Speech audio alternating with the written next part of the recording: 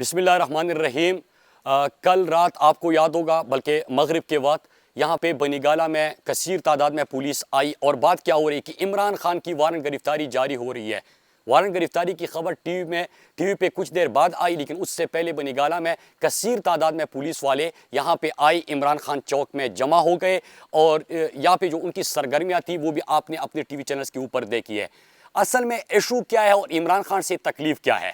اس وقت جو امریکی غلام ہے اور جو امریکی سازش کے نتیجے میں حکومت بدلی گئی، ایک ریجیم چینج آپریشن ہوا، تو اس کے راستے میں ایک بندے سے خوف ہے، ایک بندہ رکاوٹ ہے، امریکہ کے مفادات کے راستے میں بھی اور ان چوروں اور ڈاکوؤں کے راستے میں بھی۔ امریکہ کے مفادات کیا ہے؟ امریکہ کے مفادات یہ ہے کہ ان کو اپنی مرضی کی یہاں پہ حکومت چاہیے جو اس خطے میں طاقت کے توازن کے ساتھ ساتھ ان کے مفادات کا تحفظ کر سکے۔ ان کو ایسا لیڈر چاہیے کہ جب وہ ڈو مور کہے تو وہ یس سر کہے۔ ایسے لوگ چاہیے جو خود کو بیکاری کہے اور امریکہ کو آقا کہے۔ ایسے لوگ چاہیے جو امریکہ کو یہ بتا سکے کہ ہم آپ کی بہتر غلامی کر سکتے ہیں اور ہم آپ کے لیے ہر کام کرنے کے لیے تیار ہے۔ لیکن دوسری طرف عمران خان سے جب اڈے مانگے گئے، عمران خان نے کہا کہ ایبسولوٹلی ناٹ۔ عمران خان نے واضح پیغام دیا کہ کیا ہم آپ کے غلام ہیں؟ وہ کڑے رہے، ڈٹے رہے۔ اسلاموفوبیا کے خلاف انہوں نے قرارداد منظور کرا دی، کشمیر اور فلسطین کے وہ سفیر بنے، پورے عالم اسلام کے وہ ترجمان بنے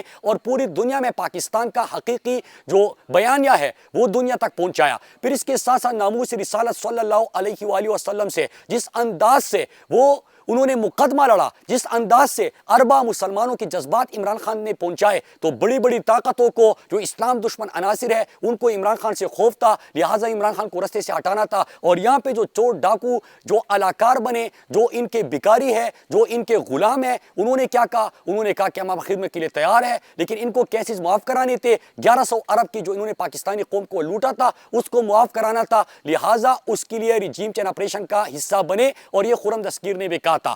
اب عمران خان کی گرفتاری کی بات آپ دوسری دفعہ سن رہے ہیں، پہلی بھی انہوں نے اٹیمپٹ کیا اور اب بھی اٹیمپٹ کیا۔ اس دفعہ تو پولیس عمران خان چوک تک پہنچ گئی تھی، لیکن میں پاکستانیوں آپ کو سلام پیش کرتا ہوں، خراج تحسین پیش کرتا ہوں۔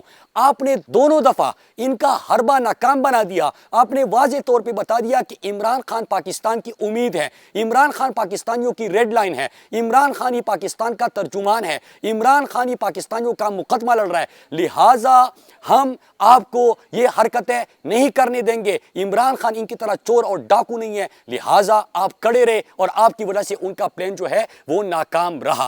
میں آپ کو یہ بتانا چلوں کہ آپ نے تیاری کرنی ہے، کبھی بھی یہ اس قسم کی حرکت کر سکتے ہیں، عمران خان کی ڈسکوالیفیکیشن کا، مائنس عمران خان کا یا گرفتاری کا، آپ سب نے تیار رہنا ہے اور آپ نے کسی کال کا انتظار کیے بغیر بنی گالہ تک پہنچنا ہے۔ انشاءاللہ عمران خان کے باقی جلسوں کی طرح ایک تاریخی جلسہ ہوگا۔ پوری پاکستانی قوم اس وقت انقلاب کے لیے تیار ہے اور عمران خان کی آخری کال کا انتظار ہے۔ انشاءاللہ لوگ بھرپور تعداد میں شرکت کریں گے، عمران خان کا تاریخی خطاب سنیں گے اور آپ سب سے بھی گزارش ہے کہ آپ بھی جلسے میں شرکت کریں۔ آپ سب کا بہت شکریہ، تھینک یو۔